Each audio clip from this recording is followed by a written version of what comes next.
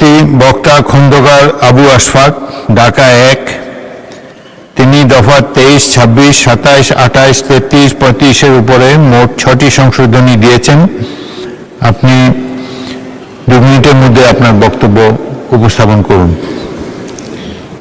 বিসমিল্লাহির রহমানির রহিম। ধন্যবাদ মাননীয় স্পিকার। আমি খন্দকার আবু আশফাক, সংসদ সদস্য 174, ঢাকা 1। মাননীয় অর্থমন্ত্রী কর্তৃক উত্থাপিত অর্থ বিল 2026-এর দফা 23, 26, 27, 28, 33 এবং 35 এর উপর মোট 6টি সংশোধনী প্রস্তাব করেছি। আমি সংশোধনী প্রস্তাবগুলো এই মহান সংসদে উত্থাপন করছি। আমার উত্থাপিত সংশোধনী প্রস্তাবগুলো গঠিত বলে গণ্য করার জন্য মাননীয় স্পিকার আপনাকে অনুরোধ করছি। সেই সাথে আমার উত্থাপিত সংশোধনীগুলো বিবেচনার জন্য মাননীয় অর্থমন্ত্রীর সুদৃষ্টি কামনা করছি। মাননীয় স্পিকার, আপনাকে ধন্যবাদ। সংশোধনী সমূহ পঠিত বলে গণ্য করা হলো।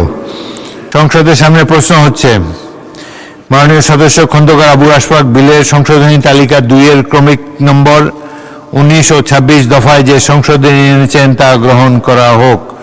যারা এই প্রস্তাবের পক্ষে আছেন তারা হ্যাঁ বলুন, যারা এই প্রস্তাবের বিপক্ষে আছেন তারা না বলুন। আমার মনে হয় হ্যাঁ যা যুক্ত হয়েছে, হ্যাঁ যা যুক্ত হয়েছে, হ্যাঁ যা যুক্ত হয়েছে, অতএব সংশোধনীটি গৃহীত হলো।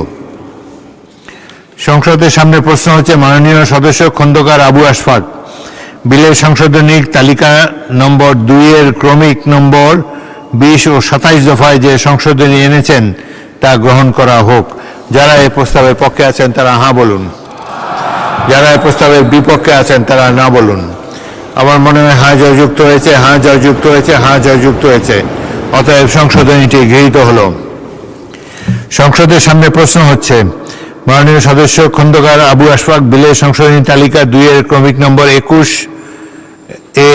এবং 28 দফায় যে সংশোধনী এনেছেন তা গ্রহণ করা হোক। যারা এই প্রস্তাবের পক্ষে আছেন তারা হ্যাঁ বলুন, যারা এই প্রস্তাবের বিপক্ষে আছেন তারা না বলুন।